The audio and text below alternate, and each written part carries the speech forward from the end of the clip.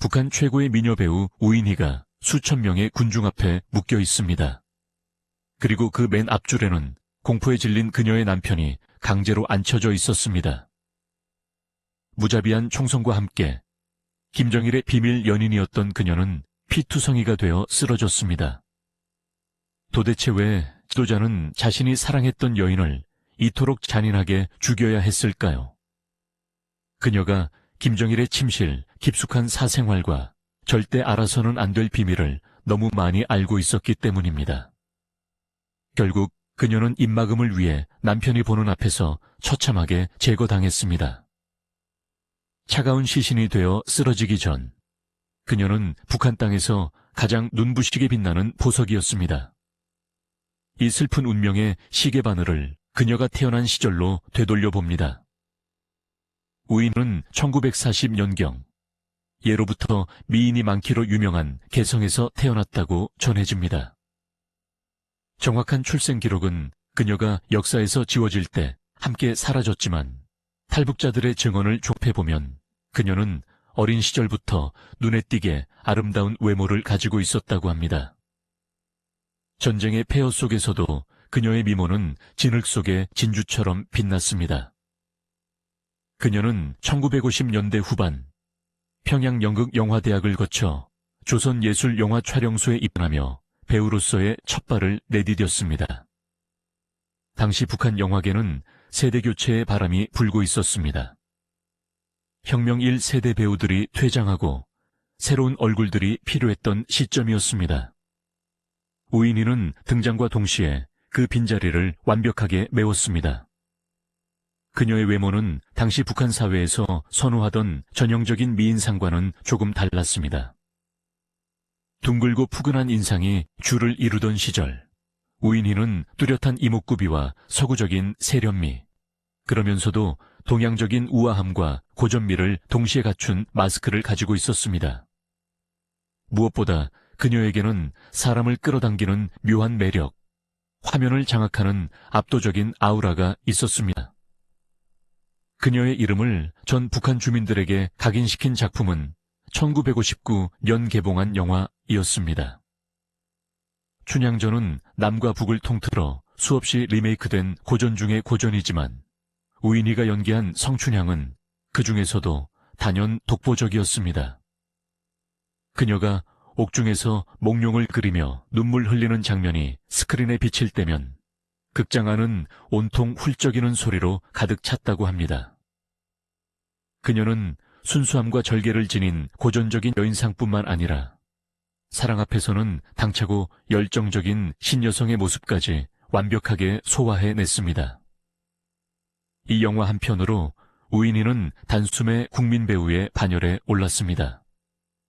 남조선에 최은희와 김지미가 있었다면 북조선에는 우인희가 있다는 말이 공공연하게 돌 정도였습니다. 시골의 농부부터 평양의 고위 간부까지 우인희를 모르는 사람이 없었습니다. 젊은 남성들은 그녀의 사진을 찢어 품에 안고 잡고 여성들은 그녀의 말투와 옷차림을 따라하려고 애썼습니다. 그녀는 단순한 배우가 아니라 북한 사회의 아이콘이었습니다. 하지만 그녀의 재능은 외모에만 그치지 않았습니다. 그녀는 지독한 노력파였습니다. 대사 하나를 소화하기 위해 수백 번을 연습하고 캐릭터의 감정을 이해하기 위해 밤새 대본을 분석했습니다. 그녀는 코믹한 영의부터 비극적인 멜로, 그리고 체제 선전을 위한 혁명 가극까지 소화하지 못하는 장르가 없었습니다. 다이아몬드 산 처녀, 한 자위단원의 운명 등 그녀가 출연하는 영화는 개봉하는 족족 데이트를 기록했습니다. 그녀가 등장하는 영화 포스터가 걸리면 극장 앞은 인산인해를 이루었고 안표가 쌀한 가마니 값에 거래되기도 했습니다.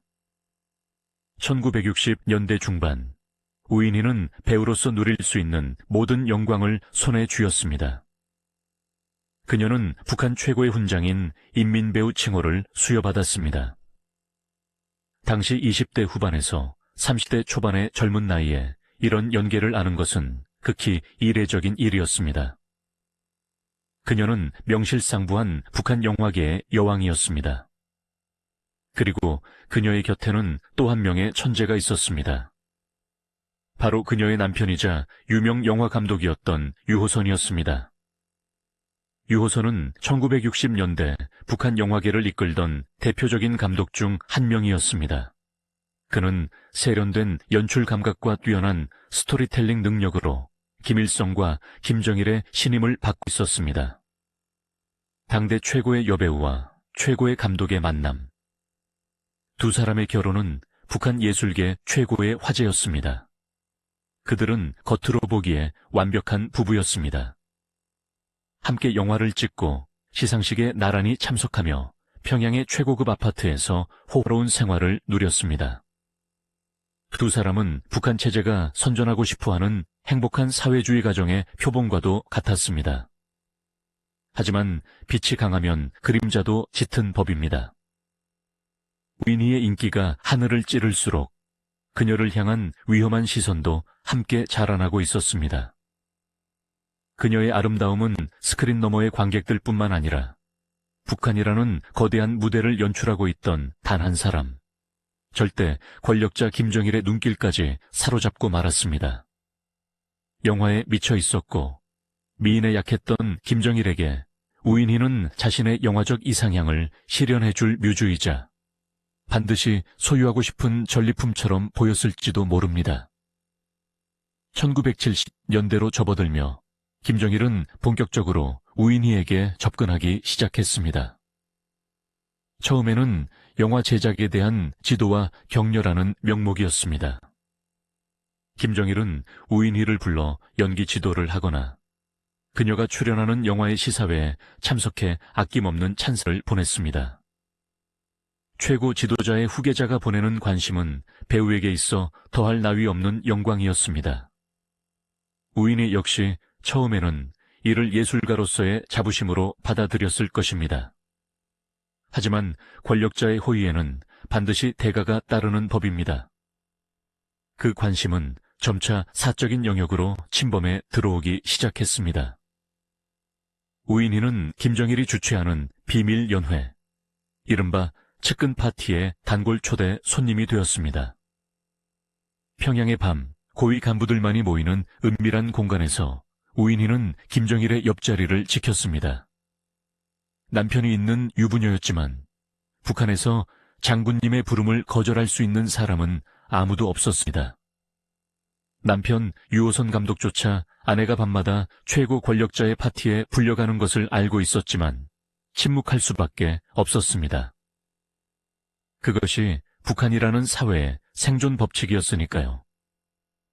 우인희는 그렇게 서서히 권력의 늪으로 발을 들여놓게 되었습니다. 겉으로는 만인의 연인이자 정숙한 아내, 그리고 충실한 당의 일꾼이었지만 무대 뒤에서는 최고 권력자의 숨겨진 애인이라는 이중생활이 시작된 것입니다. 그리고 이 위험한 이중생활은 그녀에게 달콤한 독배를 건넸습니다. 권력의 비호를 받게 된 그녀는 세상 무서운 줄 모르는 오만함과 채워지지 않는 허무함 사이에서 줄타기를 하게 됩니다. 그녀가 누렸던 특권, 그리고 그 특권 뒤에 도사리고 있던 불안감은 그녀를 점점 더 자극적이고 위험한 선택으로 내몰았습니다. 그녀의 비극은 어쩌면 그녀가 가장 높이 날아올랐던 그 순간부터 이미 예견되어 있었는지도 모릅니다. 태양에 너무 가까이 다가간 이카루스처럼 절대 권력의 옆자리는 따뜻했지만 동시에 깃털을 태워버릴 만큼 뜨거운 곳이었습니다. 1970년대의 평양, 화려한 넌사인과 혁명 가극의 웅장한 음악 뒤에서 한 여배우의 운명은 파국을 향해 서서히, 하지만 확실하게 걸어가고 있었습니다. 하지만 화려한 조명 아래 누렸던 이 절대적인 총애는 우인이라는 인간을 서서히, 그리고 돌이킬 수 없이 변화시켰습니다. 화려한 조명 뒤에 숨겨진 그녀의 위태로운 이중생활, 그 내막은 이러했습니다. 1970년대 중반, 평양의 밤은 두 개의 얼굴을 하고 있었습니다. 달의 동강변을 따라 늘어선 평범한 인민반의 창문들이 하나둘 꺼지고 노동자들의 고단한 하루가 암흑 속에 잠길 때 평양의 깊숙한 곳, 지도 위에 표시되지 않는 은밀한 구역에서는 비로소 화려한 불빛이 켜지기 시작했습니다. 그 불빛은 일반 시민들이 평생 구경조차 할 수 없는 선택받은 소수만을 위한 별천지였습니다. 최고급 프랑스산 코냑의 향기가 진동하고 자본주의의 상징이라 여겨지던 서구의 음악이 흐르며 산의 진미가 넘쳐나는 곳, 바로 김정일의 비밀 연회장이었습니다.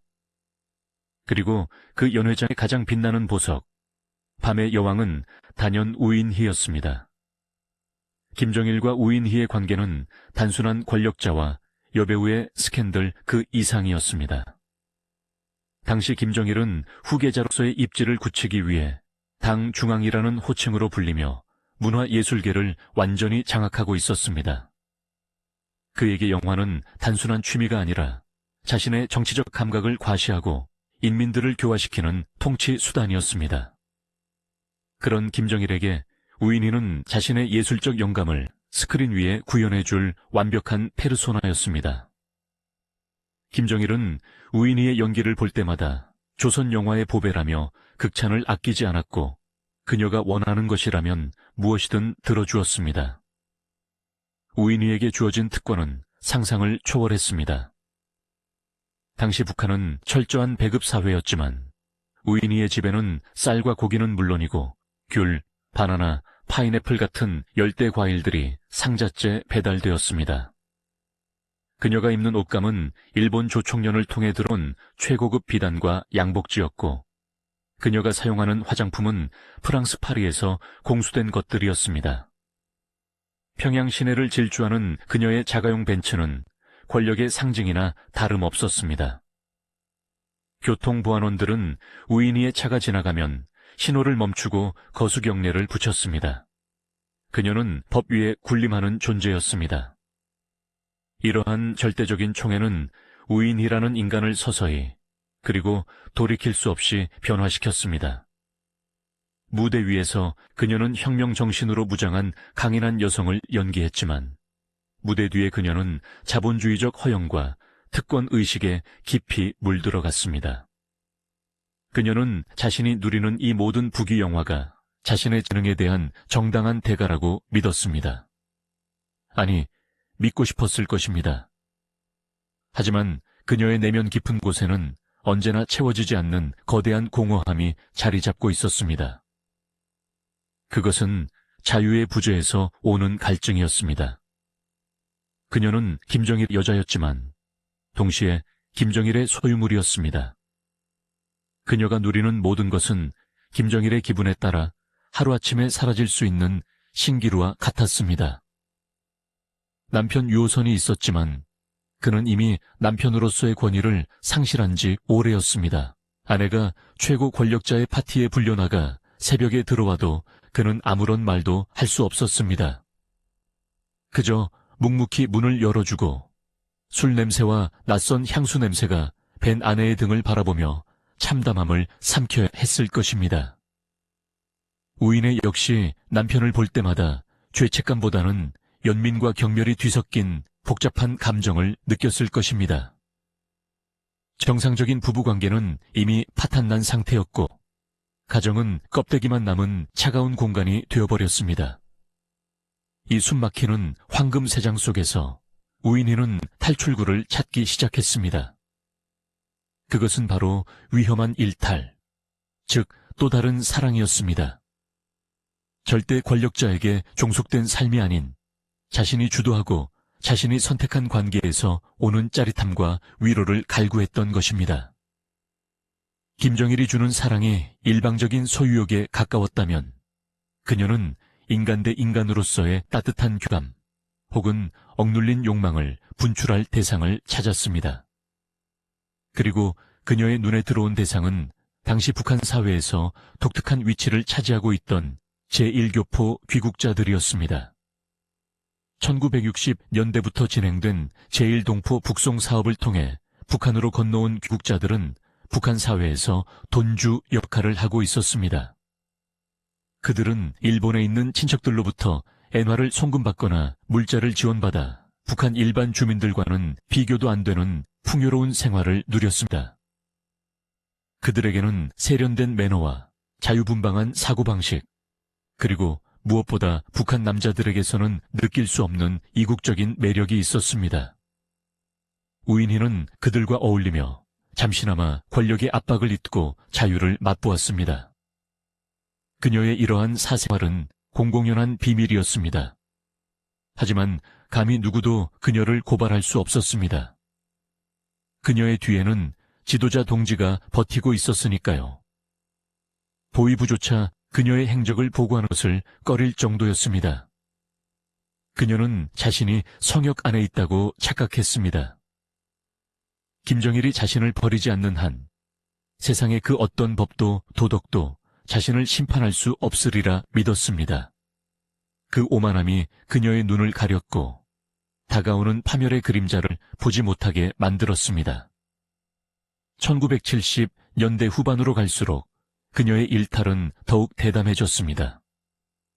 단순한 사교 모임을 넘어 은밀한 만남들이 이어졌습니다. 그녀는 스릴을 즐겼습니다. 낮에는 혁명 영화의 주인공으로 눈물을 흘리고 밤에는 쾌락을 좇는 이중생활. 이 아슬아슬한 줄타기가 영원할 수 없다는 것을 그녀 자신도 알았을 것입니다. 하지만 멈추기에는 그녀는 이미 너무 멀리 와버렸습니다. 권력이라는 마약과 쾌락이라는 진통제 없이는 견딜 수 없는 삶이 되어버린 것입니다. 그리고 운명의 1980년 겨울이 찾아왔습니다. 그해 겨울은 유난히 추웠습니다. 대동강이 꽁꽁 얼어붙고 칼바람이 평양의 거리를 휩쓸던 어느 날 밤이었습니다. 우인희는 자신의 벤츠 승용차를 몰고 평양 시내를 빠져나갔습니다. 조수석에는 한 남자가 타고 있었습니다. 그는 제1교포 출신의 사업가로 알려진 인물이었습니다. 훤칠한 키에 호방한 성격을 가진 그는 우인희의 새로운 연인이었습니다. 두 사람을 태운 차는 인적이 드문 곳으로 향했습니다. 탈북자들의 증언에 따르면 그 장소는 평양 외곽의 대성산 기슭이나 대동강변의 한적한 갈대밭 중 하나였을 것으로 추정됩니다. 가로등 하나 없는 캄캄한 어둠 속 세상의 시선이 닿지 않는 그곳에 차가 멈췄습니다. 바깥의 기온은 영하 10도를 밑돌고 있었습니다. 차 안에 두 남녀는 추위를 피하기 위해 엔진을 켜둔 채 히터를 틀었습니다. 그리고 누구의 방해도 받지 않는 둘만의 시간을 위해 창문을 굳게 닫았습니다. 밀폐된 공간, 돌아가는 엔진, 그리고 낡은 배기구. 죽음의 신은 소리 없이, 냄새도 없이 그들에게 다가왔습니다. 일산화탄소. 침묵의 살인자라 불리는 이 기체가 차량의 틈새로 스며들어오기 시작했습니다. 달콤한 밀회에 빠져있던 두 사람은 자신들의 호흡이 조금씩 가빠지는 것을, 머리가 몽롱해지는 것을 눈치채지 못했을 것입니다. 그저 사랑의 열기에 취해 잠이 쏟아지는 것이라 생각하며 서로를 끌어안았을지도 모릅니다.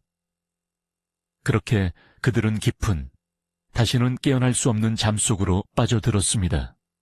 시간이 얼마나 흘렀을까요? 새벽 순찰을 돌던 보안원이 으슥한 곳에 주차된 고급 승용차를 발견했습니다. 번호판을 비춰본 보안원은 쏘스라치게 놀랐습니다. 그것은 일반 차량이 아닌 고위층이나 특권층만이 탈 수 있는 번호판을 달고 있었기 때문입니다.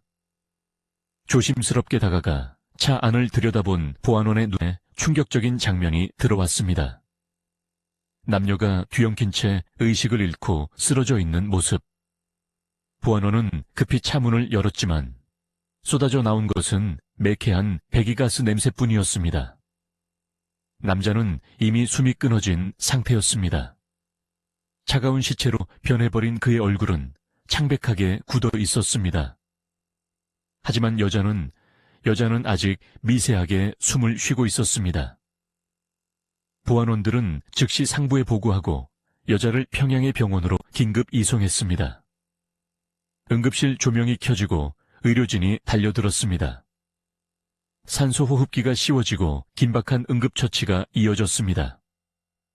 그리고 의료진 중 누군가가 환자의 얼굴을 덮은 머리카락을 쓸어 넘겼을 때 응급실 안에는 숨막히는 정적이 감돌았습니다. 이 사람, 우인의 동지 아닙니까? 의료진은 자신들의 눈을 의심했습니다. 북한 최고의 스타가 낯선 남자와 함께, 그것도 외진 곳의 차 안에서 인사불성으로 실려 오다니. 이것은 단순한 교통사고가 아니었습니다. 북한 사회를 뒤흔들 만한 대형 스캔들이었습니다. 병원 측은 즉시 보위부에 연락을 취했고 병실 앞에는 무장한 감시병들이 배치되었습니다. 7간의 사경을 헤맨 끝에 우인희는 기적적으로 의식을 회복했습니다. 하지만 눈을 뜬 그녀를 기다리고 있는 것은 따뜻한 위로가 아닌 차가운 조사관들의 신문이었습니다. 그녀는 아직 상황 파악이 제대로 되지 않은 상태였습니다. 머리는 깨질 듯이 아팠고 사고 당시의 기억은 파편처럼 흩어져 있었습니다. 하지만 그녀의 본능은 위기감을 감지했습니다. 자신을 내려다보는 조사관들의 눈빛이 심상치 않았기 때문입니다. 조사관들은 다그쳤습니다. 죽은 남자는 누구인가? 무엇을 하고 있었나? 이것은 부하방탕한 행위가 아닌가? 몰아치는 질문 속에 우인희는 공포에 질렸습니다. 이대로라면 자신의 모든 명예가 실추되고 수용소로 끌려갈지도 모른다는 두려움이 엄습했습니다. 그녀는 살아야겠다는 생각 하나로 자신이 가진 가장 강력한, 아니 그렇다고 믿었던 무기를 꺼내 들었습니다. 그것이 자신의 목을 조르는 밧줄이 될 줄은 꿈에도 모른 채 말입니다. 그녀는 혼미한 정신 속에서 조사관들을 향해 소리쳤습니다. 당신들 내가 누군지 알아. 함부로 대하지 마. 내 뒤에 누가 있는지 알기나 해. 장군님을 불러줘. 장군님께 다 말씀드릴 거야. 병실의 공기가 얼어붙었습니다. 조사관들은 서로의 얼굴을 쳐다보며 경악했습니다. 불륜 현장에서 외간 남자와 함께 있다가 사고를 당한 여배우의 입에서 최고 존엄의 이름이 튀어나온 것입니다. 그것도 자신을 보호해줄 뒷배로 김정일을 지목한 것입니다. 이것은 북한 체제에서 상상할 수 없는 신성모독이자 최고 지도자의 권위를 흙탕물에 끌어들인 대역죄였습니다. 그녀의 이 발언은 토시 하나 빠짐없이 보고서에 적혀 김정일의 책상 위로 올라갔습니다. 당시 김정일은 권력 승계를 거의 마무리하고 절대적인 권위를 다져가던 시기였습니다. 그런 그에게 우인희의 스캔들은 단순한 여배우의 일탈이 아니었습니다. 자신의 은밀한 사생활이 세상 밖으로, 그것도 가장 추잡한 형태로 드러날 위기였습니다. 김정일이 느꼈을 감정은 무엇이었을까요? 배신감? 분노? 아니면 수치심?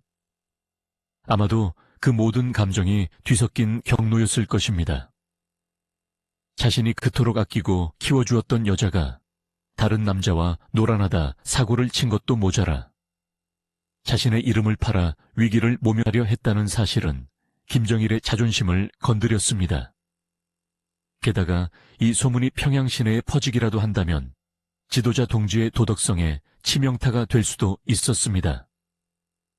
김정일은 결단을 내려야 했습니다. 이 골치 아픈 스캔들을 덮고 자신의 권위를 다시 세울 수 있는 가장 확실하고 잔혹한 방법을 선택해야 했습니다.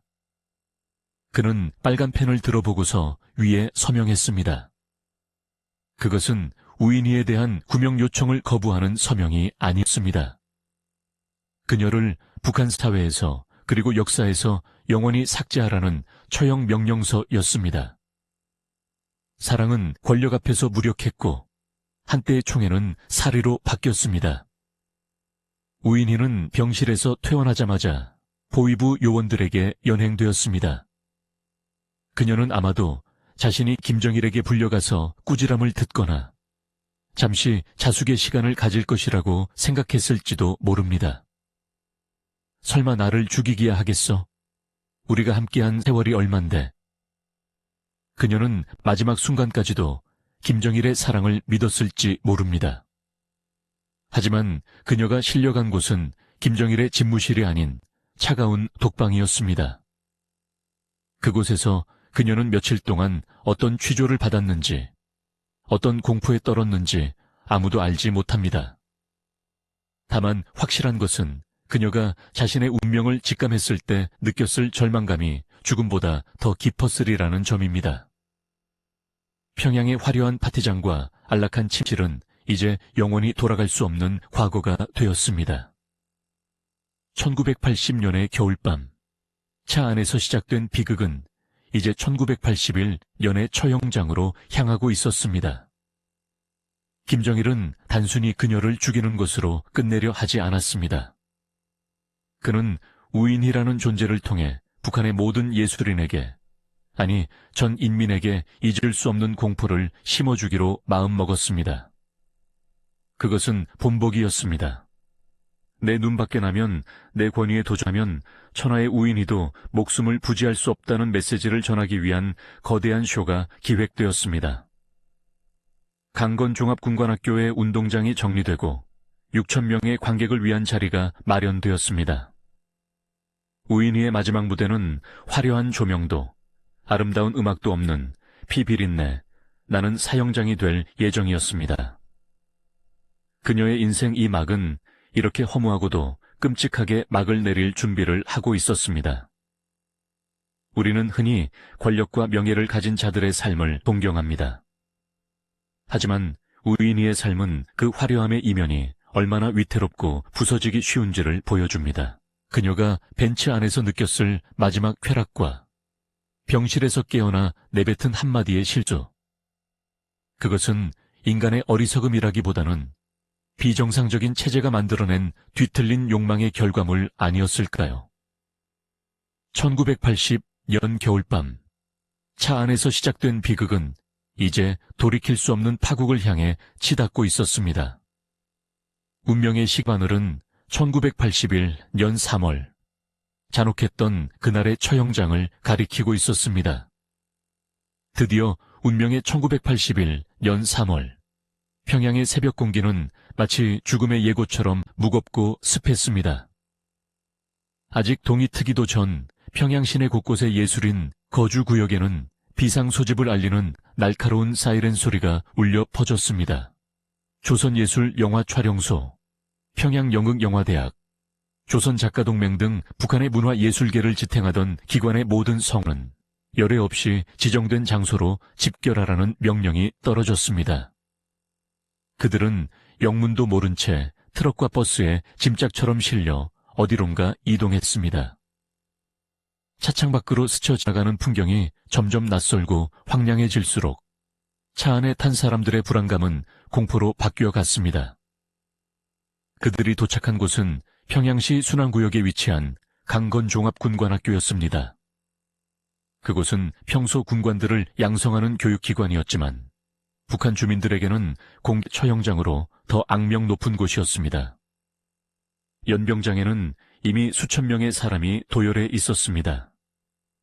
영화배우, 성악가, 무용수, 작가, 연출가 등 북한의 내로라 하는 문예인 6,000명이 그곳에 모였습니다. 그들은 평소 무대 위에서 화려한 조명을 받으며 인민들에게 웃음과 감동을 주던 사람들이었지만 그날 그곳에서 그들은 그저 겁에 질린 양떼에 불과했습니다. 누구 하나 입을 뻥긋하지 못했습니다. 침묵. 6,000명이 만들어내는 그 거대한 침묵은 연병장을 휘감는 바람소리보다 더 소란스럽게 심장을 짓누르고 있었습니다. 모두의 시선은 본능적으로 연병장 중앙을 향했습니다. 그곳에는 덩그러니 박힌 나무 기둥 하나가 서 있었고 그 주변으로 총을 든 군인들이 살기등등한 눈빛으로 경계를 서고 있었습니다. 시간이 얼마나 흘렀을까요? 저 멀리서 지프차 한 대가 흙먼지를 일으키며 달려와 멈춰 섰습니다. 그리고 군인들에 의해 한 사람이 끌려 나왔습니다. 여인이었습니다. 헝클어진 머리카락, 흙과 오물로 뒤범벅된 옷, 창백하다 못해 잿빛으로 변해버린 얼굴. 그녀는 제 발로 걷지 못하고 군인들의 팔에 짐승처럼 들려 끌려왔습니다. 군인들은 그녀를 나무 기둥에 거칠게 밀어붙이고 밧줄로 꽁꽁 묶었습니다. 그녀가 고개를 힘겹게 들어 올렸을 때 앞줄에 서 있던 사람들은 숨을 멈췄습니다. 그 흐릿한 눈동자, 붓기로 일그러진 얼굴 윤곽, 하지만 여전히 남아있는 그 익숙한 선. 그것은 바로 우인희였습니다. 불과 얼마 전까지 스크린 속에서 조선의 딸이라 불리며 환하게 웃던 북한 최고의 미녀 배우 우인희였습니다. 군중 속에서 낮은 탄식과 비명소리가 터져 나오려다 억눌렸습니다. 믿을 수 없는 광경이었습니다. 그녀는 북한 영화계의 여왕이었습니다. 김일성 훈장을 받고 인민배우 칭호를 받으며 구름 위를 걷던 존재였습니다. 그런 그녀가 지금 흉악범이나 반동분자들도 치를 떤다는 처형대 위에 묶여있는 것입니다. 그녀 입에는 재갈이 물려 있었습니다. 아마도 그녀가 마지막으로 내뱉을지도 모를 말, 혹은 김정일의 이름을 부르짖을지도 모를 가능성을 원천 봉쇄하기 위함이었을 것입니다. 그녀의 눈은 초점을 잃은 채 허공을 응시하고 있었지만 그 눈빛 속에는 말로 다 할 수 없는 공포와 억울함, 그리고 체념이 뒤섞여 있었습니다. 하지만 이날의 비극은 우인희 한 사람의 죽음으로 끝나지 않았습니다. 처형대 바로 앞 가장 잘 보이는 맵줄에는 특별석이 마련되어 있었습니다. 그리고 그 자리에 강제로 앉혀진 한 남자가 있었습니다. 바로 우인희의 남편 유호선 감독이었습니다. 그는 넋이 나간 사람처럼 보였습니다. 그의 양옆에는 보이부 요원들이 밀착 감시를 하고 있었습니다. 그들은 유호선에게 고개를 숙이지 못하게 했습니다. 눈을 감지도 못하게 했습니다.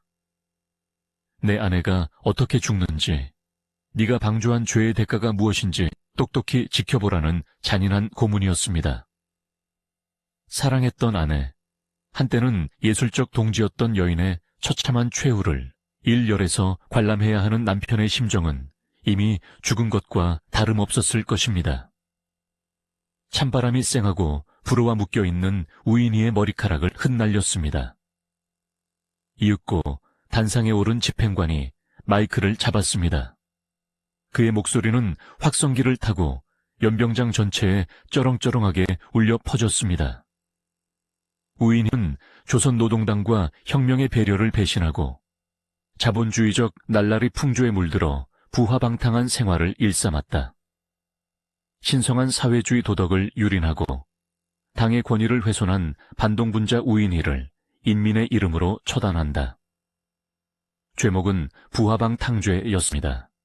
하지만 그곳에 모인 6천 명의 예술인 중 그 죄목을 곧이곧대로 믿는 사람은 아무도 없었습니다. 그들은 알고 있었습니다. 우인희가 누렸던 그 화려한 생활, 그녀가 빠졌던 소위 방탕한 파티를 주최하고 장려한 것이 누구인지, 그녀에게 외제 옷을 입히고 벤츠를 선물한 사람이 누구인지, 죄목은 표면적인 명분일 뿐, 진짜 이유는 영린을 건드린 죄, 감히 최고 권력자의 치부를 드러낸 죄라는 것을 본능적으로 감지하고 있었습니다. 하지만 누구도 그 진실을 입 밖으로 낼 수는 없었습니다. 지금 저 기둥에 묶인 것이 내가 될 수도 있다는 원초적인 공포가 그들의 이성을 마비시켰기 때문입니다.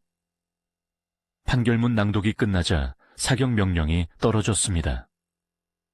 사격 개시 명령과 함께 12개의 자동보총이 뿜어낸 불꽃은 한 시대를 풍미했던 여배우의 육체뿐만 아니라 북한 예술계의 실말 같은 낭만마저 산산조각 내버렸습니다.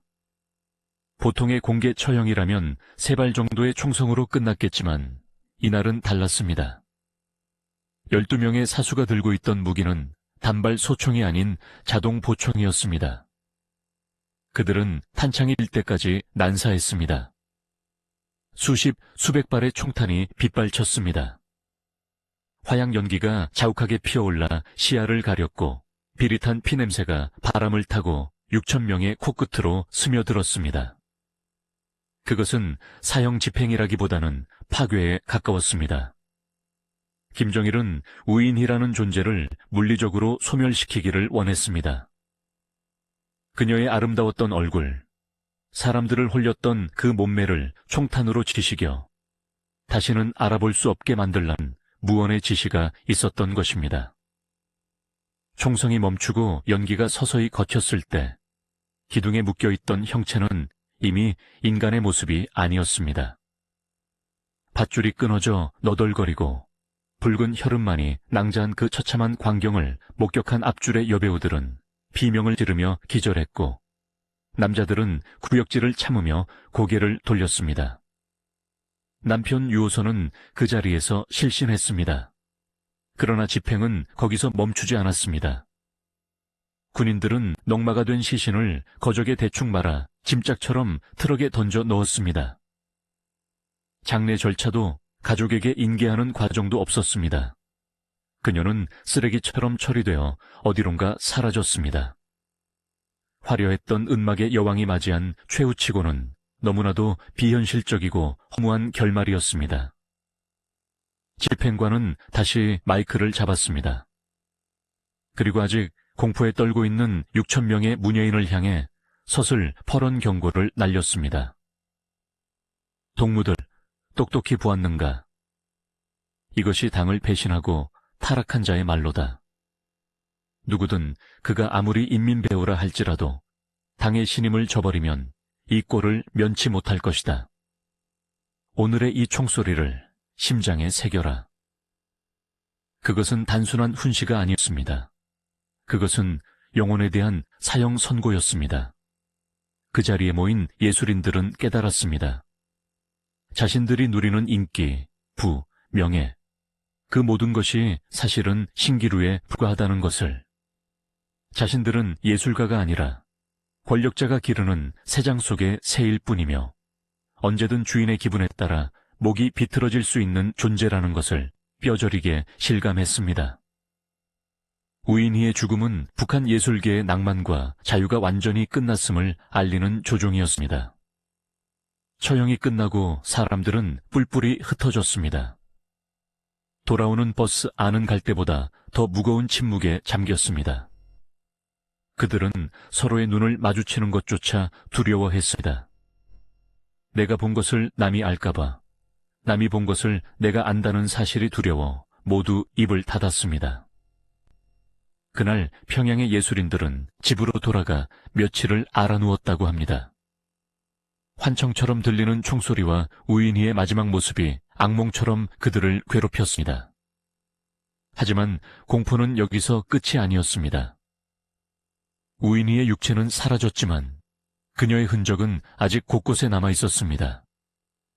북한 당국은 곧바로 2차 작업을 시작했습니다. 그것은 바로 기억의 말살이었습니다. 육체의 죽음보다 더 잔인한 존재의 소멸 작업이 시작된 것입니다. 다음 날부터 북한 전역의 영화관과 배급소에 긴급 지시가 내려왔습니다. 우인희가 출연한 모든 영화 필름을 즉각 수거하여 소각하라. 수십 년간 북한 인민들을 울리고 웃겼던 명작들이 검열관들의 손에 의해 불태워지거나 난도질당했습니다. 극장 창고에서는 필름 타는 냄새가 진동했습니다. 잡지에 실린 그녀의 사진은 오려졌고 도서관에 있는 예술영암에서 그녀의 이름은 먹으로 지워졌습니다. 심지어 가정집에 몰래 보관하고 있던 그녀의 브로마이드조차 보위부의 검열을 피해 찢어버려야 했습니다. 이 작업은 철저하고 집요하게 진행되었습니다. 김정일은 우인희라는 이름 석자가 인민들의 기억 속에서 완전히 사라지기를 원했습니다. 그녀가 존재했다는 사실 자체가 자신의 치부이자 오점이었기 때문입니다.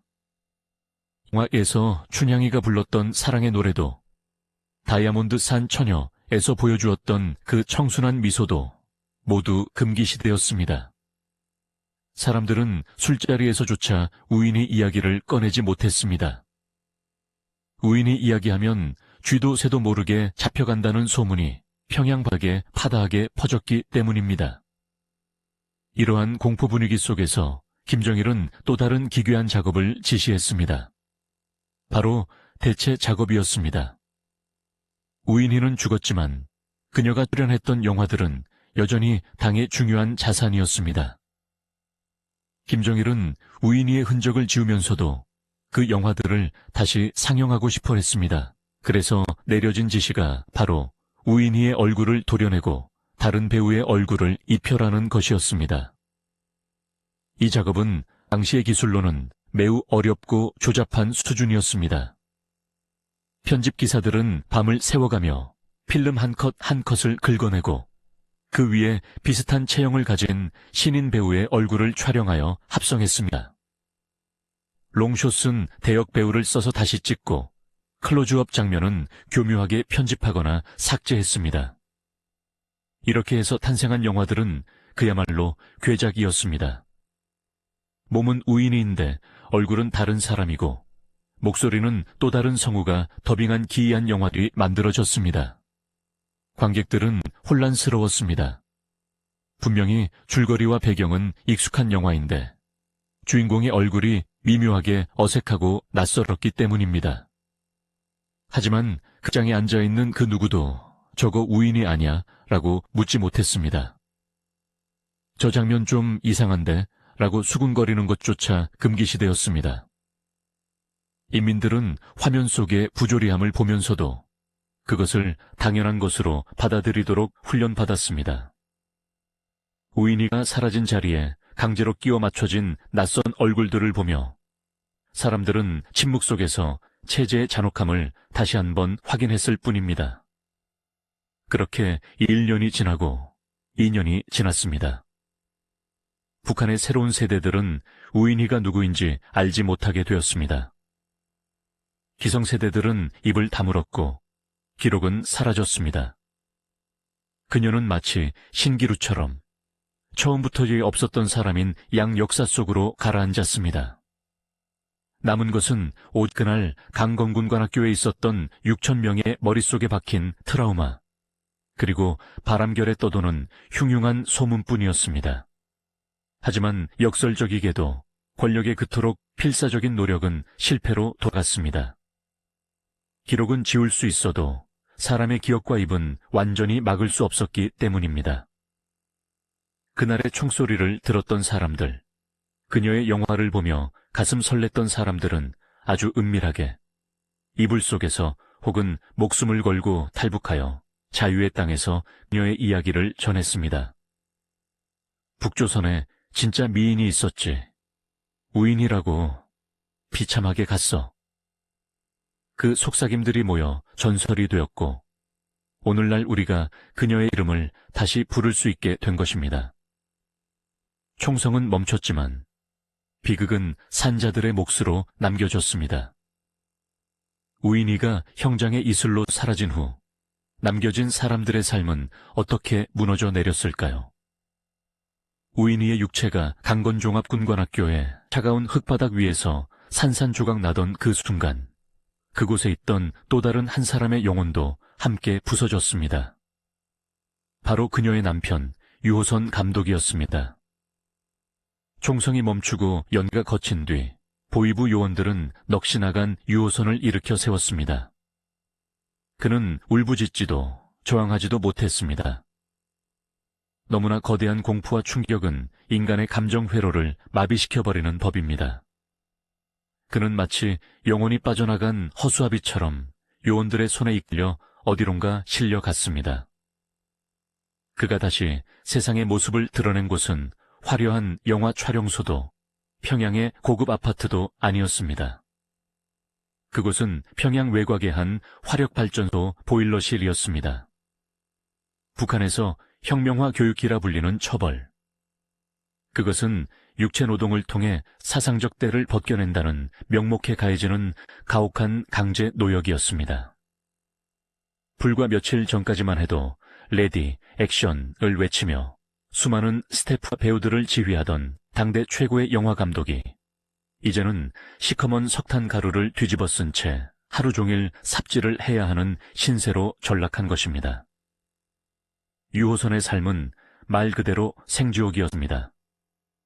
육체적인 고동보다 더 견디기 힘든 것은 정신적인 고문이었습니다. 보일러실의 뜨거운 열기 속에서 삽질을 할 때마다 아내의 마지막 모습이 환영처럼 떠올랐을 것입니다.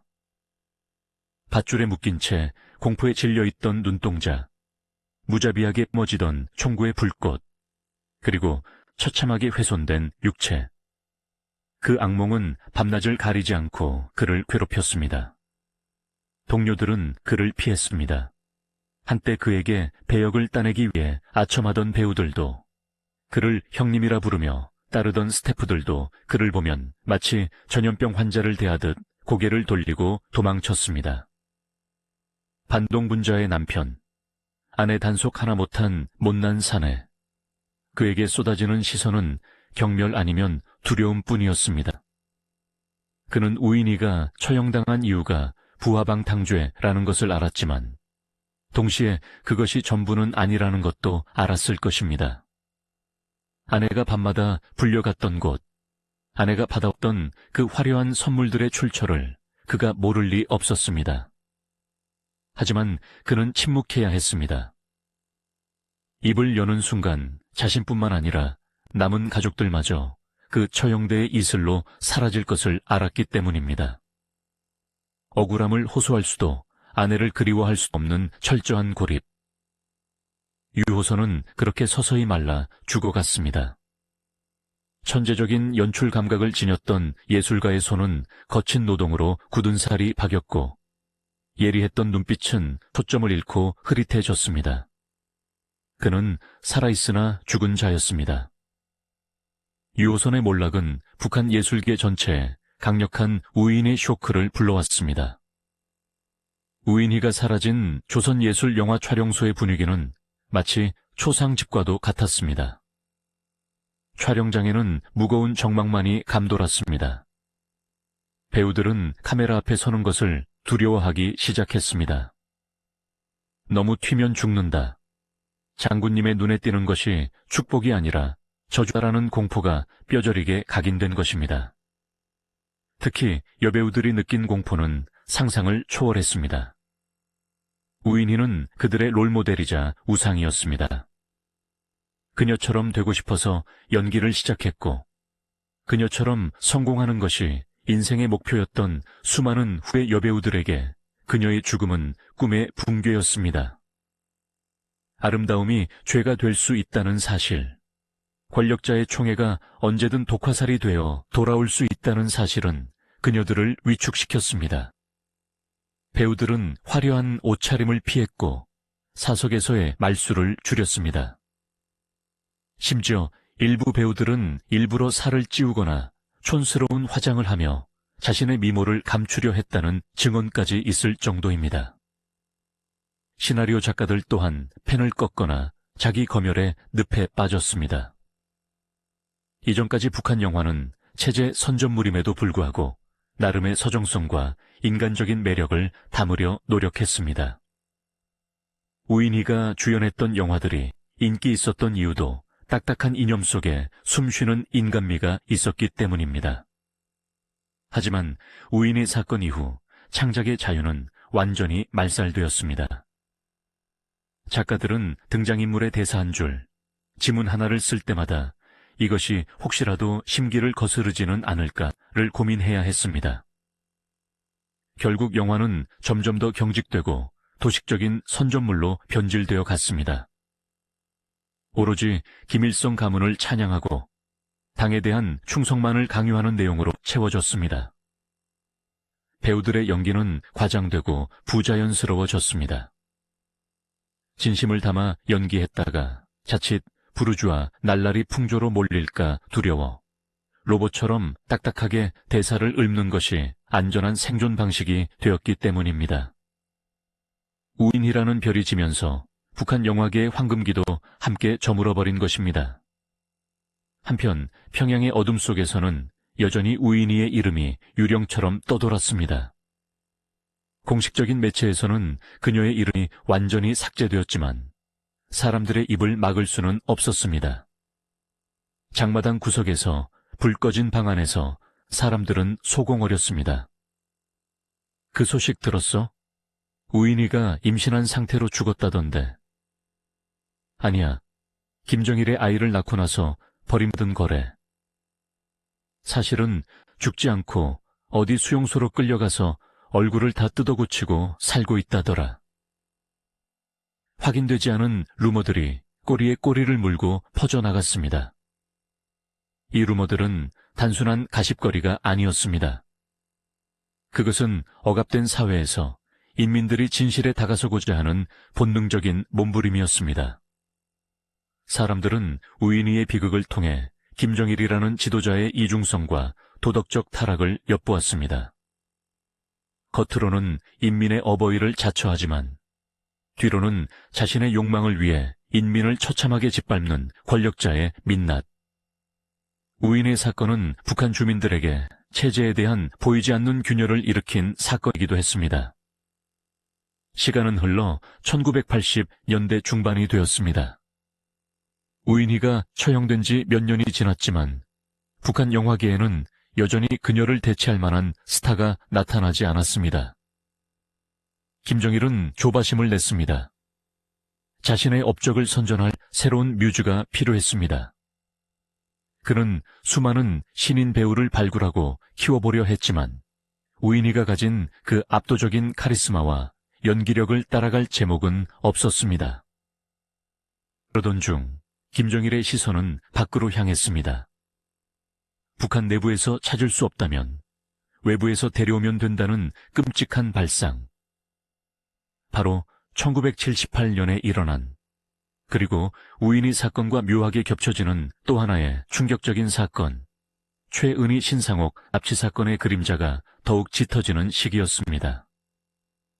김정일은 우인희를 잃은 공백을 메우기 위해 남한의 대스타였던 최은희를 납치해 북한 영화의 수준을 높이려 했습니다.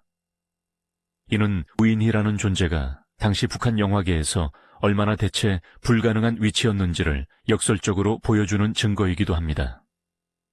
우인희의 죽음은 단순한 한 개인의 죽음이 아니었습니다.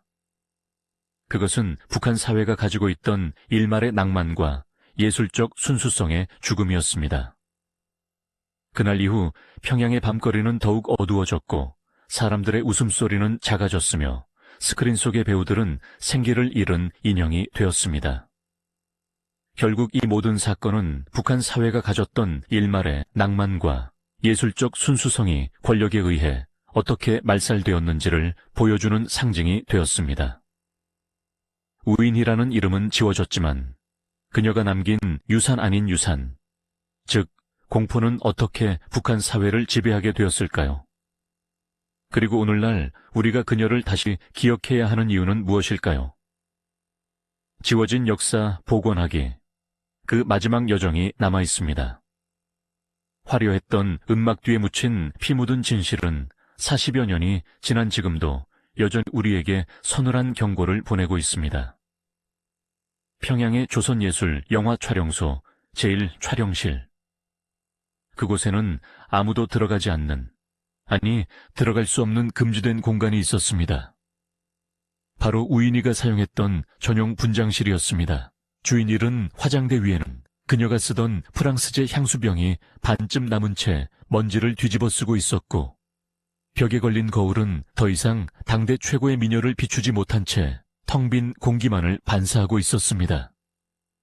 며칠 전까지만 해도 스태프들의 발길이 끊이지 않고 웃음소리가 새어나오던 그곳은 이제 누구도 접근하기를 꺼리는 흉가가 되어버렸습니다. 그 방 앞을 지나는 배우들은 발소리를 죽였고 혹시라도 그 안에서 귀신이라도 튀어나올까봐 서둘러 걸음을 옮겼습니다. 그 텅 빈 방은 북한 영화계에 뚫린 거대한 구멍이자 머을 수 없는 상실의 상징이었습니다. 우인희가 사라진 후 김정일의 행보는 어떠했을까요? 그는 자신이 그토록 아꼈던, 한때는 조선 영화의 보배라고 불렀던 여인을 처참하게 죽이고 난 뒤 죄책감을 느꼈을까요? 탈북 고위 인사들의 증언과 심리학적 분석을 종합해 볼 때 그에게 우인희의 죽음은 슬픔보다는 청소에 가까웠던 것으로 보입니다. 독재자의 심리는 일반인의 상식으로는 이해하기 힘든 영역에 있습니다. 그에게 사람은 인격체가 아니라 기능입니다. 우인희는 그에게 기쁨을 주고 영화적 영감을 주고 성적 욕망을 채워주는 기능을 수행하는 도구였습니다. 하지만 그 도구가 고장나고 더 나아가 주인의 권위에 흠집을 내는 불량품이 되었을 때 그는 주저없이 폐기를 선택한 것입니다. 오히려 김정일은 우인희 사건 이후 더욱 냉혹하고 변덕스러운 성격으로 변해갔다고 전해집니다. 그는 영화 촬영장을 찾는 횟수를 줄이지는 않았지만 그 방문의 성격이 달라졌습니다. 이전에는 격려와 찬사를 보내는 자애로운 지도자의 코스프레를 즐겼다면 사건 이후에는 공포를 주입하는 감시자가 되었습니다. 배우들의 연기가 마음에 들지 않으면 그 자리에서 대본을 집어 던지거나 감독에게 모욕적인 언사를 퍼붓는 일이 잦아졌습니다. 우인의 반만큼도 못 따라가는 것들이라는 호통이 촬영장에 울려 퍼질 때마다 배우들은 죽은 우인희의 망령이 자신들을 옥죄고 있음을 느꼈습니다. 아이러니하게도 그녀를 죽인 것은 김정일이었지만 남은 배우들을 괴롭히는 비교 대상 또한 우인희였던 것입니다. 김정일의 곁에는 곧 새로운 여인들이 등장했습니다. 만수대예술단 무용수 출신의 고영희가 김정일의 새로운 안주인으로 자리를 굳혀가던 시기이기도 했습니다. 우인희가 화려한 스포트라이트를 받는 양지의 여인이었다면 고영희를 비롯한 후속 여인들은 철저하게 베일에 쌓인 음지의 여인으로 남아야 했습니다. 김정일은 우인희 사건을 통해 학습했습니다. 여자를 너무 대중 앞에 내세우면, 그리고 그 여자에게 너무 많은 자유를 주면 결국 자신의 권력에 누수가 생긴다는 것을 말입니다. 그래서 그는 자신의 여자들을 철저하게 철장에 가두고 감시하기 시작했습니다. 우인희의 죽음은 김정일의 여성 편력사에서도 하나의 변곡점이 된 것입니다. 한편 우인희의 부재는 북한 영화 산업에 심각한 질적 저하를 가져왔습니다. 당시 김정일은 속도전을 강조하며 영화를 붕어빵 찍어내듯 만들라고 지시했습니다. 1년에 100편을 만들라는 식의 말도 안 되는 할당량이 떨어졌습니다. 예술적 고민이나 깊이 있는 연출은 사치였습니다. 배우들은 감정을 잡을 시간도 없이 카메라 앞에 서서 기계적으로 대사를 읊어대야 했습니다. 이런 상황에서 우인희처럼 대본을 깊이 연구하고 캐릭터에 생명력을 불어넣을 수 있는 배우는 전무했습니다. 스크린을 채우는 것은 천편일률적인 혁명적 인간형들 뿐이었습니다. 눈을 부릅뜨고 당을 향한 충성을 맹세하는 군인, 장군님을 생각하며 눈물 흘리는 노동자. 그들의 연기에는 영혼이 없었습니다. 관객들도 지쳐갔습니다. 극장에 가면 뻔한 내용, 뻔한 영입뿐이었으니까요. 사람들은 우인희가 나왔던 그 시절, 가슴을 울리던 멜로와 심장을 뛰게 하던 드라마를 그리워했습니다. 하지만 그 그리움은 입 밖으로 낼 수 없는 금기였습니다. 옛날 영화가 더 재미있었는데 라는 말 한마디가 곧 우인희가 그립다는 뜻으로 해석되어 정치범으로 몰릴 수 있었기 때문입니다. 이 시기 북한 사회 전반에는 보이지 않는 감시망이 더욱 촘촘해졌습니다. 우인희가 자신의 말실수 하나로 처형당했다는 사실은 북한 주민들에게 말 한마디가 목숨을 좌우한다는 공포를 심어주었습니다. 특히 평양의 상류층, 당 간부 부인들 사이에서는 입단속이 생존수칙 제1조가 되었습니다. 우인희와 어울렸던 사모님들, 그녀에게서 외제 화장품을 선물 받았거나 함께 파티를 즐겼던 사람들은 혹시라도 불똥이 튈까 전전긍긍하며 숨을 죽였습니다. 그들은 우인희와 찍은 사진을 불태우고 그녀와 관련된 기억을 스스로 삭제하려 애썼습니다. 그렇게 평양의 사교계는 얼어붙었습니다. 화려했던 파티는 사라지고 서로를 의심하고 감시하는 차가운 눈초리만이 남았습니다. 우인희의 죽음은 또한 북한의 가족 제도와 연좌제의 잔혹성을 다시 한번 확인시켜 주었습니다. 우인희에게는 딸들이 있었던 것으로 알려져 있습니다. 엄마의 미모를 닮아 예쁘장했던 아이들. 하루아침에 엄마는 처형당하고 아빠는 수용소로 끌려간 뒤 그 아이들은 어떻게 되었을까요? 북한의 관례상 그들은 평양에서 추방되어 상한 오지로 보내졌을 가능성이 큽니다. 반동의 자식이라는 꼬리표를 달고 평생을 감시와 차별 속에서 살아가야 하는 운명. 한때는 북한 최고의 스타 부부의 자녀로 부러움을 한 몸에 받았을 아이들이 부모의 비극과 함께 나락으로 떨어진 겁니다. 이것이 북한 체제가 유지되는 방식이었습니다. 한 사람의 공포로 끝나지 않고 그 핏줄까지 말려버림으로써 그 누구도 체제에 도전할 엄두를 내지 못하게 만드는 연대 책임의 공포. 1980년대 중반을 넘어서며 북한은 대내적으로 고립의 길을 걷기 시작합니다. 경제 사정은 조금씩 나빠지고 있었고 사회 분위기는 경직되어 갔습니다. 그 우울한 시대의 그림자 속에서 우인희의 이야기는 일종의 도시 전설처럼 변형되어 퍼져나갔습니다. 지방의 어느 장마당 국수집, 사람들이 모여 앉아 소공어립니다. 평양에 가면 밤마다 여자 귀신이 나타나서 내 얼굴 돌려줘 하고 운다더라. 아니야, 김정일이 꿈에 우인희가 나타나서 잠을 못 잔대. 영화 촬영소 우물에서 밤마다 비명소리가 들린대. 이런 괴담들은 단순한 미신이 아니었습니다. 그것은 억울하게 죽은 자에 대한 인민들의 연민이자 권력자에 대한 의적인 저항이었습니다. 대놓고 김정일을 비판할 수 없으니 귀신 이야기나 괴담을 빌려 우인희의 억울함을 달래고 체제의 부조리함을 이야기했던 것입니다. 우인희는 죽어서 귀신이 되어서야 비로소 인민들 곁으로 아주 은밀하게 돌아올 수 있었습니다. 우인희 사건 이후 북한 영화계에는 또 다른 기류가 형성되었습니다. 바로 납북 신상옥, 최은희 부부의 활약이 본격화된 시기입니다. 1978년에 납북된 신상옥 감독과 최은희 배우는 1980년대 중반부터 김정일의 전폭적인 지원 아래 북한 영화의 수준을 비약적으로 끌어올리는 작품들을 내놓기 시작했습니다. 같은 영화들이 국제영화제에서 상을 받기도 했죠. 하지만 탈북자들은 이렇게 회고합니다.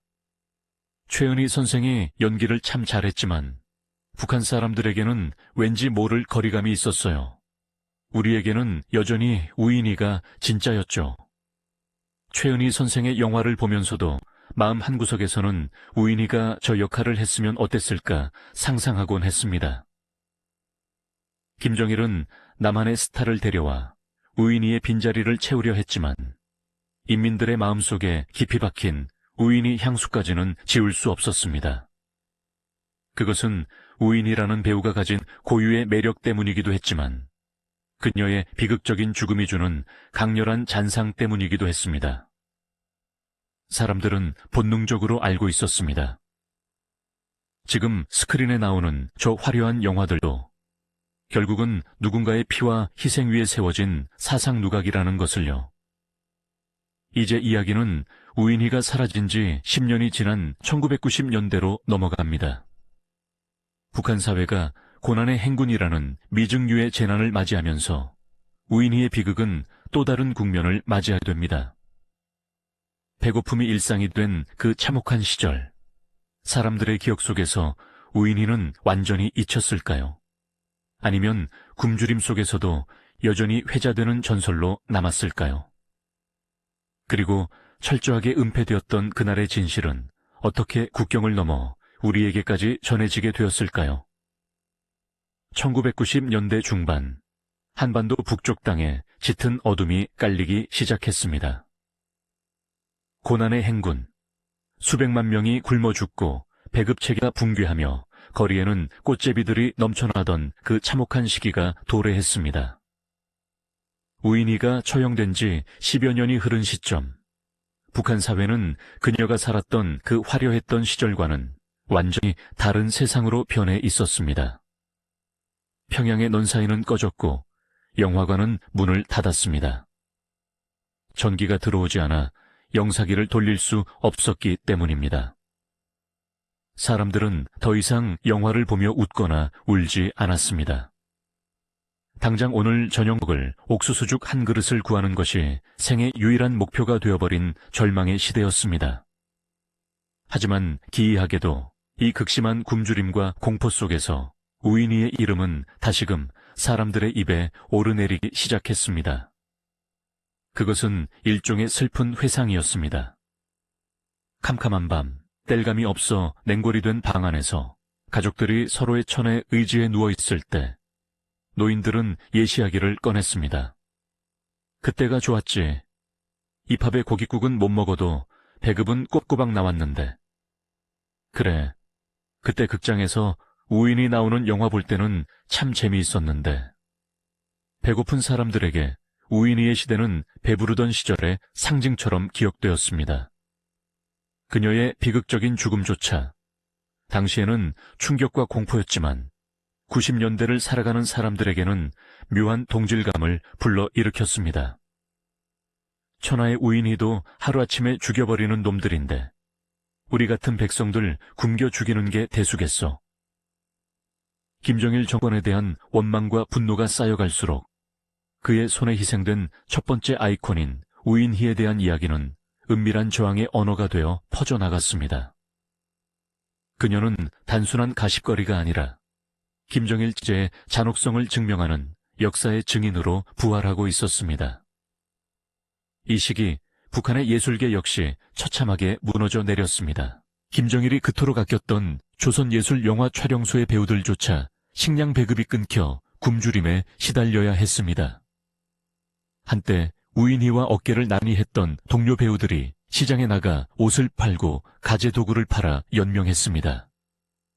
개 중에는 영양실조로 붓고 푸석해진 얼굴을 가리며 내가 왕년의 인민배우였는데 하며 한탄하는 이들도 있었습니다.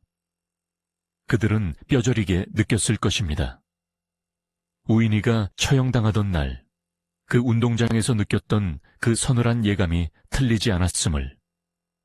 권력의 비호가 사라지면 예술가란 존재는 아무것도 아니라는 사실을 말입니다. 그리고 드디어 굳게 닫혀있던 북한의 국경이 뚫리기 시작했습니다. 배고픔을 견디다 못한 사람들이 두만강과 압록강을 건너 중국으로 탈출하기 시작한 것입니다. 이들은 단순히 목숨만 건져 나온 것이 아니었습니다. 그들의 머릿속에는 북한 내부에서 일어났던 수많은 비극과 진실들이 담겨 있었습니다. 1990년대 후반부터 한국으로 입국하는 탈북자들의 수가 급증하면서 그동안 베일에 쌓여 있던 북한의 내밀한 이야기들이 쏟아져 나오기 시작했습니다. 그 중에서도 문화예술계 출신 탈북자들의 증언은 충격적이었습니다. 그들은 하나같이 입을 모아 우인의 사건을 이야기했습니다. 한국 사람들은 최은희, 신상옥 납치 사건만 알지 우인희 처형 사건은 잘 모릅니다. 하지만 북조선 사람들에게는 우인희 사건이 훨씬 더 큰 충격이었습니다. 제가 그때 강건군관학교 운동장에 있었습니다. 제 눈으로 똑똑히 봤습니다. 초기에는 이러한 증언들이 그저 카더라 통신이나 과장된 소문으로 치부되기도 했습니다. 믿기에는 너무나 영화적이고 잔혹했기 때문입니다. 북한 최고의 여배우를 불륜을 이유로 6,000명 앞에서 공개 처형했다. 그리고 모든 기록을 삭제했다. 자유민주주의 사회에 사는 남한 사람들의 상식으로는 도저히 납득하기 힘든 이야기였습니다. 하지만 증언은 계속되었습니다. 평범한 주민뿐만 아니라 고위층 출신, 예술인 출신 탈북자들이 교차 검증을 해주기 시작했습니다. 구체적인 날짜, 장소, 처형 방식, 그리고 남편 유호선의 참관 여부까지. 서로 다른 시기에 서로 다른 지역에서 온 탈북자들의 진술이 소름 끼치도록 일치했습니다. 퍼즐 조각이 맞춰지듯 전설은 팩트가 되어갔습니다. 특히 북한 최고의 작가 중 한 명이었던 장진성 시인이나 김정일의 처족하였던 이한영 씨 같은 고위급 인사들의 증언과 수기는 결정적이었습니다. 그들은 김정일의 사생활과 기쁨조 파티, 그리고 우인희가 왜 죽어야만 했는지에 대한 배경을 아주 상세하게 묘사했습니다.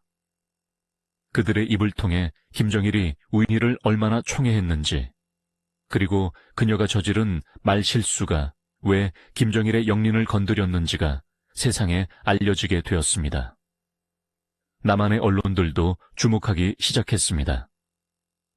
2000년대 들어서며 북한 5대 미스터리, 김정일의 여인들 같은 주제로 다큐멘터리와 기사들이 쏟아져 나왔습니다. 지워졌던 우인희의 얼굴이 인터넷을 통해 복원되었습니다. 비록 북한 당국이 필름을 난도질하고 불태웠지만 해외 영화제에 출품되었거나 우방국에 수출되었던 필름의 사본들이 아주 드물게 발견되기도 했습니다. 흐릿한 흑백 화면 속에서 혹은 낡은 잡지 귀퉁이에서 찾아낸 우인희의 사진은 40년의 세월을 뛰어넘어 우리에게 말을 걸어왔습니다. 그 사진 속의 그녀는 여전히 생기 넘치고 아름다웠기에 그녀가 맞이한 최후가 더욱 비현실적으로 다가왔습니다. 탈북자들은 남한 텔레비전에 나온 우인희의 사진을 보며 눈시울을 붉혔습니다. 맞습니다. 저분이 우인희 동지입니다. 정말 고았는데, 그렇게 가면 안 되는 사람이었는데. 그들에게 우인희는 잃어버린 고향, 그리고 잃어버린 젊은 날의 초상이었습니다. 동시에 그들이 왜 고향을 등지고 목숨을 걸고 탈출해야만 했는지를 설명해주는 가장 확실한 증거이기도 했습니다. 사람을 파리 목숨처럼 여기는 체제, 예술을 권력의 신효로 부리는 사회, 진실을 총칼로 덮어버리는 나라. 우인희의 죽음은 그 모든 부조리의 결정체였습니다. 재미있는 사실은 2000년대 이후 북한 내부에서도 변화가 감지되었다는 점입니다. 남한 드라마와 영화가 USB와 CD에 담겨 북한으로 밀반입되면서 북한 주민들의 의식이 깨어나기 시작한 것입니다. 그들은 난 배우들의 자유로운 연기를 보며 과거 우인희를 떠올렸습니다. 남조선 배우들은 저렇게 자유롭게 연애하고 사랑하고 헤어져도 아무 일 없는데 왜 우리 우인희 동지는 죽어야 했을까? 외부 정보의 유입은 과거의 사건을 재해석하게 만들었습니다. 과거에는 부하방탕한 여자의 말로라고 세뇌당했던 사람들이 이제는 김정일이 나쁜 놈이다, 우인희는 억울한 희생양이다 라고 인식하기 시작한 것입니다. 북한 보위부는 여전히 우인희 이야기를 금기시하고 단속하지만 이미 엎질러진 물입니다. 장마당 세대라 불리는 북한의 젊은이들은 부모님에게 전해 들은 전설 같은 이야기를 통해 체제 모순을 학습하고 있습니다. 기록을 말살하려던 형벌은 실패했습니다. 오히려 그토록 잔인하게 지우려 했기에 역설적으로 더 강렬하게 기억되는 반작용을 낳았습니다. 김정일은 그녀의 육체를 없애는 데는 성공했을지 몰라도 그녀의 이야기를 영원히 가두는 데는 실패했습니다. 진실은 침묵하지 않고 국경을 넘어 세대를 넘어 끈질기게 살아남았기 때문입니다. 우인희의 이야기가 세상 밖으로 완전히 드러나게 된 데에는 또 하나의 결정적인 계기가 있었습니다. 바로 2011년 김정일의 사망입니다. 절대 권력자가 사라지자 그동안 숨죽이고 있던 비사들이 본물 터지듯 터져 나왔습니다. 김정일 시대를 재조명하는 과정에서 그의 여성 편력과 예술 탄압의 역사가 낱낱이 파헤쳐졌고 그 중심에 언제나 우인희가 있었습니다. 이제 그녀는 단순한 과거의 여배우가 아니라 북한 인권 문제의 상징적인 인물로 국제사회에 알려지게 되었습니다. 우리는 이제 이 긴 비극의 대단원을 향해 가고 있습니다. 그렇다면 남겨진 질문은 이것입니다. 오늘날 우리는 왜 40년 전 북한의 여배우를 기억해야 할까요? 그녀의 죽음이 지금 우리에게 던지는 메시지는 무엇일까요? 단순히 독재자의 잔혹함을 고발하는 것을 넘어 예술과 자유, 그리고 인간의 존엄성에 대한 깊은 물음이 남아 있습니다. 그리고 아직 밝혀지지 않은 미스터리들, 예를 들어 그녀의 남겨진 가족들의 행방이나 사라진 시신의 처리 과정 같은 풀리지 않은 의문들도 여전히 존재합니다. 만약 우인희가 평양이 아닌 서울에서 태어났다면 그녀의 운명은 어떻게 달라졌을까요? 1960년대와 70년대 남한의 음악을 주름잡았던 문희, 남정임, 윤정희 트로이카 여배우들처럼 그녀 역시 칸 영화제의 레드카펫을 밟거나 노년이 되어서도 공로상을 받으며 후배들 박수를 받는 원로 배우로 남았을지도 모릅니다. 스캔들이 터졌다면 잠시 자숙의 시간을 갖거나 기자회견을 통해 대중의 용서를 구했을 것입니다. 그 어떤 비난을 받았을지언정 총탄에 육체가 찢기고 이름이 말살당하는 야만적인 최후는 결코 맞이하지 않았을 것입니다. 이 서글픈 가정은 우인희의 비극이 개인의 불운이 아니라 오로지 그녀가 서 있었던 그 땅, 북한이라는 체제의 근원적인 악에서 비롯되었음을 명징하게 보여줍니다. 우인희의 죽음은 김정일 시대를 관통하는 공포 정치의 서막이었습니다. 김정일은 예술을 사랑한다고 자부했지만 그 사랑의 본질은 소유와 통제였습니다. 그는 배우를 자신의 수집품처럼 여겼습니다. 장식장에 예쁘게 진열해 두고 보다가 흠집이 나거나 실층이 나면 가차없이 내다버리거나 부수어버리는 수집광의 심리. 우인희 사건은 북한의 모든 엘리트 계층에게 너희는 언제든 대체 가능한 부품일 뿐이다 라는 서늘한 메시지를 각인시켰습니다. 아무리 당에 충성하고 인민의 사랑을 받아도 최고 존엄의 심기를 건드리는 순간 그 모든 것은 물거품이 된다는 사실을 목도한 평양의 상류층들은 그때부터 충성심이 아닌 공포심에 의해 움직이는 꼭두각시가 되었습니다. 특히 주목해야 할 점은 이러한 공포의 역사가 김정일에서 멈추지 않고 그의 아들 김정은에게로 고스란히, 아니 더 잔혹하게 계승되었다는 사실입니다. 2013년 전 세계를 경악하게 했던 장성택 처형 사건을 기억하십니까? 김정은의 고모부이자 정권의 2인자였던 그조차 하루아침에 반역자로 몰려 고사포로 처형당했습니다. 그리고 그와 연루되었다는 혐의로 은하수관 현악단 단원들이 처형되었다는 보도가 이어졌습니다. 예술인들을 본보기로 삼아 공개 처형하고 그 공포를 이용해 권력을 다지는 방식. 이는 1981년 우인희를 강건군관학교 운동장에 세웠던 김정일의 방식과 소름 끼치도록 닮아 있습니다. 북한 주민들은 은하수관 현악단 사건을 접하며 본능적으로 우인희를 떠올렸을 것입니다. 30년의 세월이 흘렀지만 변한 것은 아무것도 없었습니다. 여전히 권력자의 여자 문제는 금기였고 그 비밀을 알고 있는 예술가들은 제거 대상 1순위였습니다. 역사는 반복되고 있었습니다.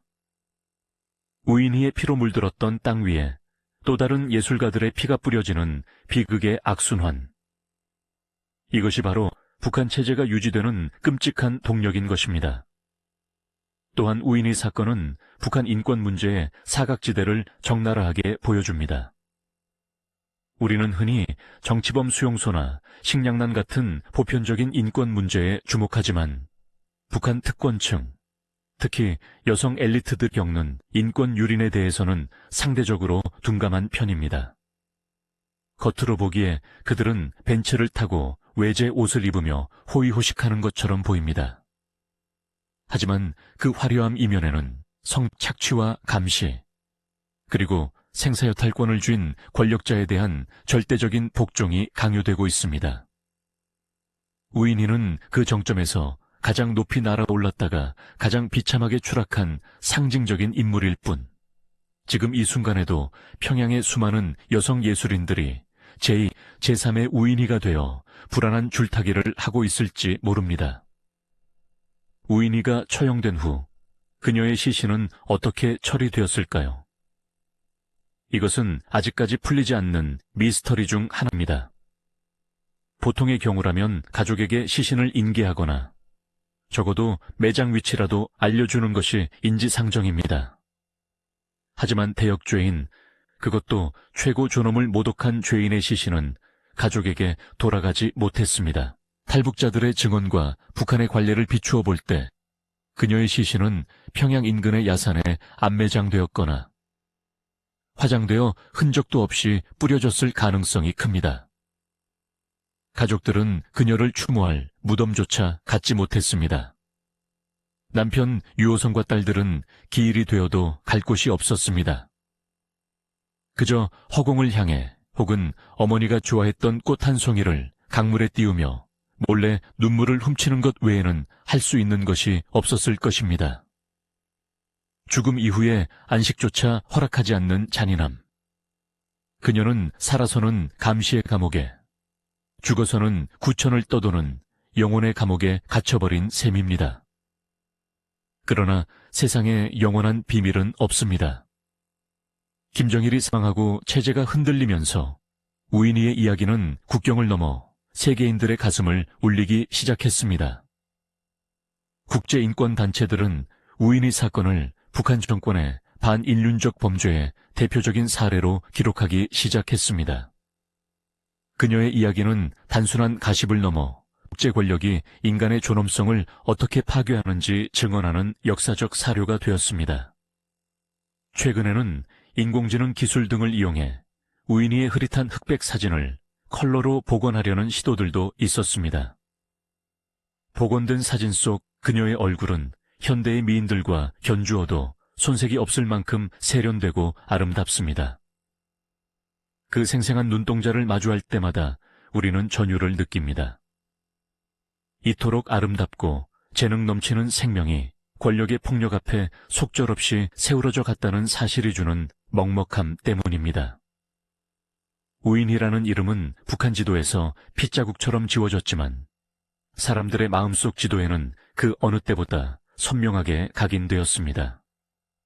그녀의 비극은 낡은 서재에 꽂힌 과거 완료형의 역사가 아닙니다. 북한 땅에 진정한 자유의 빛이 스며들고 억울하게 쓰러져간 영혼들이 비로소 안식을 찾는 그날까지 우인희의 이야기는 멈추지 않고 계속되어야 할 현재 진행형의 증언입니다. 평양 외곽 강건종합군관학교의 연병장. 40여 년 전 한 시대를 풍미했던 여배우가 붉은 피를 토하며 쓰러졌던 그 비극의 현장에는 이제 무심한 잡초만이 무성합니다. 독재자의 총구는 그녀의 심장을 멈추게 했고 절대 권력은 그녀의 존재를 지우려 발버둥 쳤습니다. 하지만 진실이란 토양 속에 묻힌 씨앗과도 같아서 아무리 두꺼운 콘크리트로 덮어 누를지라도 언젠가는 기어이 싹을 틔워 태양을 마주하고야 맙니다. 지금 이 순간에도 평양 어딘가 김정일이 남기고 간 깊고 습한 지하 벙커에는 절대 개봉 금지라는 붉은 딱지가 붙은 필름통들이 잠들어 있을 것입니다. 세상에 묻은 필름을 불태우라 명령하면서도 끝내 자신의 뒤틀린 소유욕만은 이기지 못해 몰래 숨겨둔 우인희의 원본 필름들 말입니다.